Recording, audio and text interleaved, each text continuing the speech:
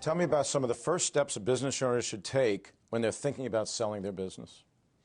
The first step someone should take is to really get a realistic understanding as to what that business is worth, or what's likely to be attainable.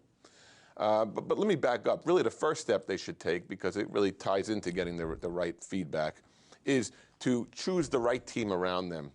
There are so many qualified people out there who've been through hundreds of transactions, as I said.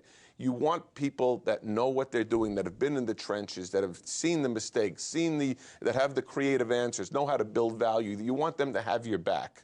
So hiring the right team is a big thing. Getting a realistic understanding of value up front is critical. I can't tell you how many people I've seen, they'll go right into the selling process without really fully vetting out what's likely to be realistic. They think they might know, but they don't know. And what that could lead to is number one, the realistic valuation may not be in line with your expectations. So it could lead to taking the focus off the ball, number one. Number two, jeopardizing confidentiality unnecessarily.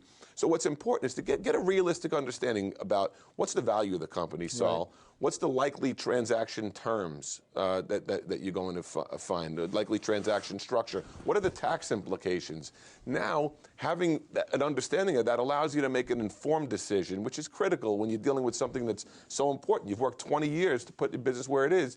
You should make an informed decision as opposed to shooting from the hip. Sure, brilliant. You never want to do that. And of course, you also want to address the major risk factors or deal breakers ahead of time.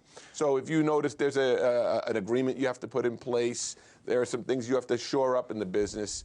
Those are some of the first steps you want to do, rather than wait until the transaction is well into negotiations. And then what will happen is if you have to deal with certain issues, A, it may be too late, or B, it may cause a lack of momentum. And probably the biggest deal killer out there is when there's a lack of momentum, when things slow down.